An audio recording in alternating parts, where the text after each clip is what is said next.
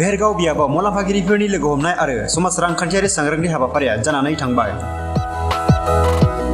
प्रमद बर' दैदेननाय BTR सोरखारनि बानजायनायाव बिटिआरनि सिङाव थानाय मोनफ्रोमबो बियाबाव थांनाय गोलाव समनिफ्रायनो सोरखारनि फारसेनिफ्राय मोननो हानाय मुलाम्फा आरो सरकारा जौगाथायनि थाखाय लानाय बायदि मावबिथांखिफोरनि सायाव गुवारै सावरायलायनाय बायदि बाथ्राफोरखौ बिथा खालामनानै मुलाम्फागिरिफोरनि लोगो हमनाय आरो समाज रांखान्थियारि सांग्रांथि हाबाफारि लाबोबाय थानायखौ नुनो मोननाय जादों।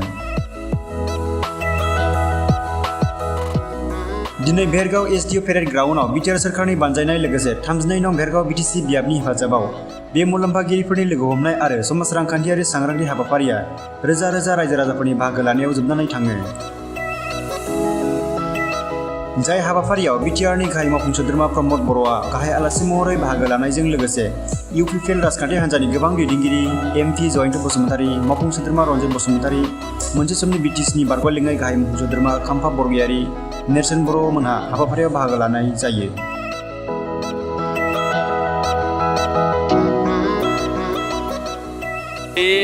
जोंहा बिटिआरनि मोन 40 समष्टियाव जानाय बायदि बेनिफिसारि आरो ससिय' इक'नमिक एवारनेस प्रग्राम जोंनि बिटिआर सरकारनिफ्राय बिटिआरनि गाहाय खुंगिरि मुस्रि प्रमद बर'नि दैदेननायाव जानाय बायदि दिनै 32 नं भेरगाव समष्टियावबो बे एखे हाबाफारिया नैबे साब डिभिजनेल पेरेड ग्राउन्डआव जादों आरो बेयाव 10,000निबो बांसिन जोंनि 32 नं भेरगाव समष्टिनि मोन 14 पिसिडिसिनिफ्राय रायजो राजा बिथांमोना बाहागो लाफैदों आरो जोङो जायफोर रायजो राजा बिथांमोना रेशन कार्ड, अरुणोदय, जब कार्ड, पिएमएवाइ हाउस न', आलारि सोरां, गियान सोरां बिथांखि, अनसाय बिथांखि, रग निर्मल बायदि बायदि जिफोर आसनि मोनबाय, सेल्फ हेल्प ग्रुपनि माइनाव सोरां बिथांखि, बेबायदि माखासे आसनि मोननाय बा जोंनि बिटिआर सरकारनिफ्राय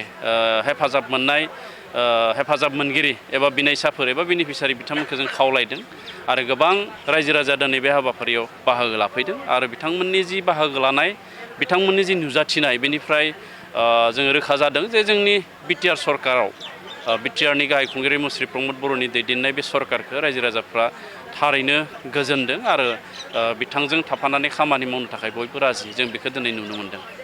बिसायख'थिया जोंहा सेप्तेम्बर दानाव जागोन होननानै जों खोनादों। दा बिनि थाखाय जोंहा भेरगाव समष्टियाव जोङो सानफ्रोमबो जोङो थियारि जानानै दङ।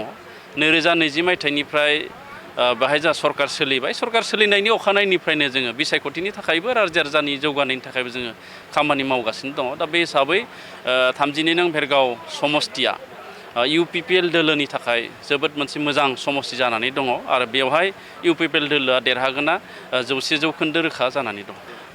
हानजाया थांखि लागोन बेखौ आरो हानजाया दैखाङोब्लाथ' जों गसंनांगोन, मानो होनना बुङोब्ला समष्टिया देरहानांगोन। दा बेखायनो हानजानि सायाव सोनारगोन बियो। जोंनि खामानि मावनाय आरो रायजोजों थाफानानै जिफोर जोंनि समष्टिनि जौगानाय खामानिखौ मावनाय बेखौ नुनानै जुदि रायजोआ गोजोनदोंबा, जोंनि हानजाया गोजोनदोंबा निस्सय टिकेटखौ होगोन, आं बेनि थाखाय आसाबादि।